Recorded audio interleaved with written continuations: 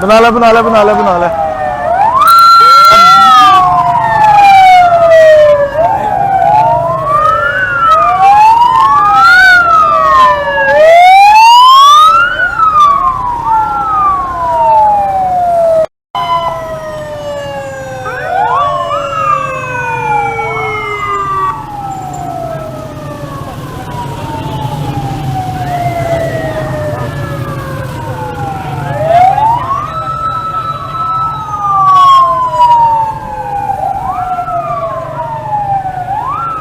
hello